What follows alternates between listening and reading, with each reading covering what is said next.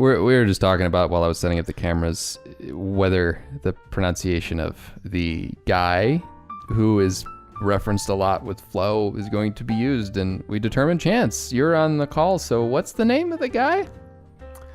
Well, it's funny because every time I found some kind of article that was referencing flow, they always brought this guy's name, and it's like sometimes they do some kind of phonetic spelling, but this one was 100% every time. They'd have the name right next to it, a phonetic spelling, and it was just so funny to always see that because they're like, nobody can body this name pronunciation.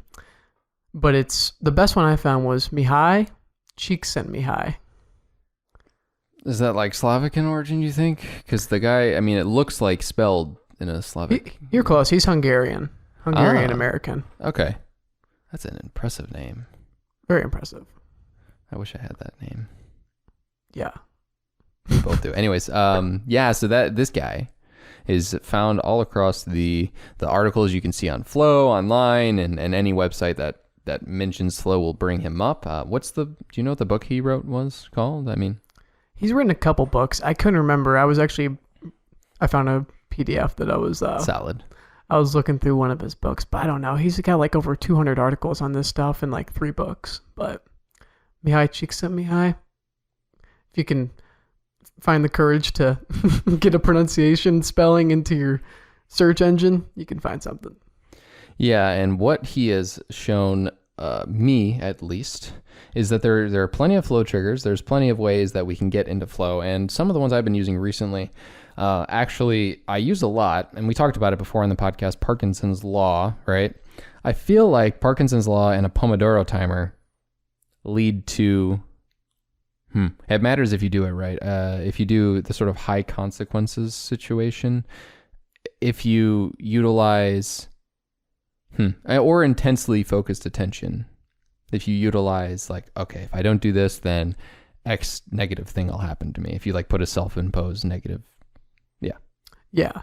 The interesting thing about the Pomodoro technique is that it's so time-centered, of course. Mm-hmm. But then, of course, one of the 7 ways that he has his participants explain flow is this like kind of timeliness where you very much disassociate with time. So it seems as if you're conscious of time, you might be doing what I said at the beginning where I'm like, I'm in flow and I'm pulling myself out of flow as I'm saying that. Yeah, like we're 25 minutes into the podcast and I didn't realize that we're 25 minutes into the podcast. We were in flow and I just brought us out of it. So you're welcome. But not cool. I know. I'm sorry. Cool. But that's an interesting thought. I would actually, I don't know if I agree with that because wouldn't you say that the time is there? There's a clearly defined goal, right? Which is another trigger of flow. Mm-hmm. So there's the clearly defined goal to finish it. You have intense focus. And then you end up becoming disassociated with the time until the timer rings. Because have you used the technique? No, but when I watch you do it, I'm just wondering if I guess you probably aren't like staring at the timer. Oh, no. Oh, it's in the background. I don't have it open. Yeah. Yeah. So no. Yeah. That's agreeable. I'm good with that now. So, yeah. So the Pomodoro technique can trigger the flow state. That sounds like a good option for like the name of this clip. It's pretty good. That was a good one. No, but I definitely recommend that and giving yourself arbitrary deadlines because for me, when I find myself and many people who are students or even in their work, when there's deadlines that are farther out than need be, I often find it nearly impossible to get into flow state if you're ever getting ahead of things, which is why people don't get ahead on things.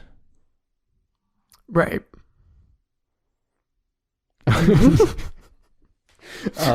Yeah. Could you elaborate? Yeah, I can't elaborate. Sorry. And I think for me, what I'll do is I'll set these arbitrary goals. For example, I'll have a paper due.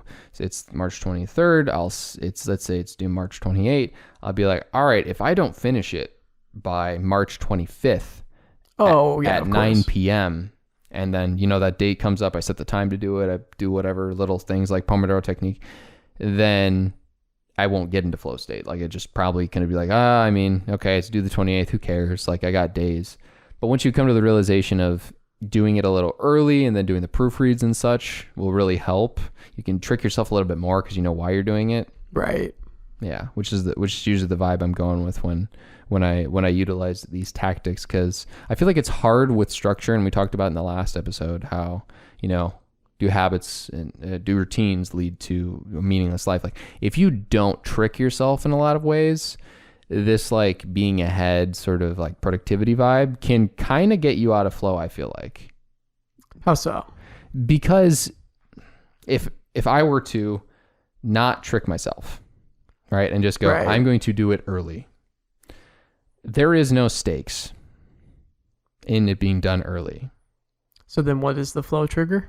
The flow trigger would be a arbitrary deadline that you'd give yourself, like Parkinson's law, like saying I have to do it in this spot. I've actually kind of, in a way, I feel like when I do this time blocking and this specific setting of tasks at certain times in my life, I have like if you're not 3 to 5 days ahead, you're behind sort of vibe.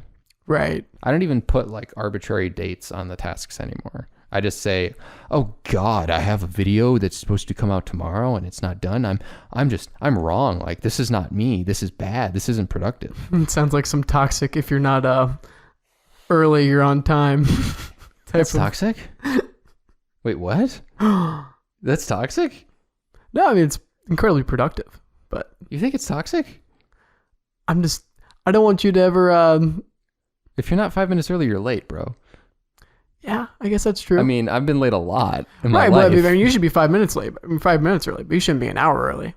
Oh God. Okay. Well, okay. We're on the same page then. I was getting concerned for a minute. Okay. I was like, all right, man. You're never really late for anything we do, though. No. So I shouldn't have been that concerned. No, I'm a on-time guy. On-time guy. Yeah. And anyways, I find myself trying to battle that sort of arbitrary lifestyle often. Right. Yeah. The only thing that I was concerned about is like, I was wondering what your flow trigger is. I guess it's a clear goal, but you obviously have kind of removed any kind of high consequences because those are entirely self-imposed now. Yep. And you can just easily remove those by saying, we can push it back a day. What's the hurt? You know what it ends up being a lot of the time, and I'm making a video about how to make hard things easier. It's a lot of that reminder of the failure of extrinsic and intrinsic goals, right, which would be risk / high consequences, and a lot of novelty seeking, like rich environment novelty seeking. If you want to see this episode or any other episode of the Rise Productive podcast, make sure to go and check the show out on Apple Podcasts, Spotify, and anywhere else that you can find podcasts today.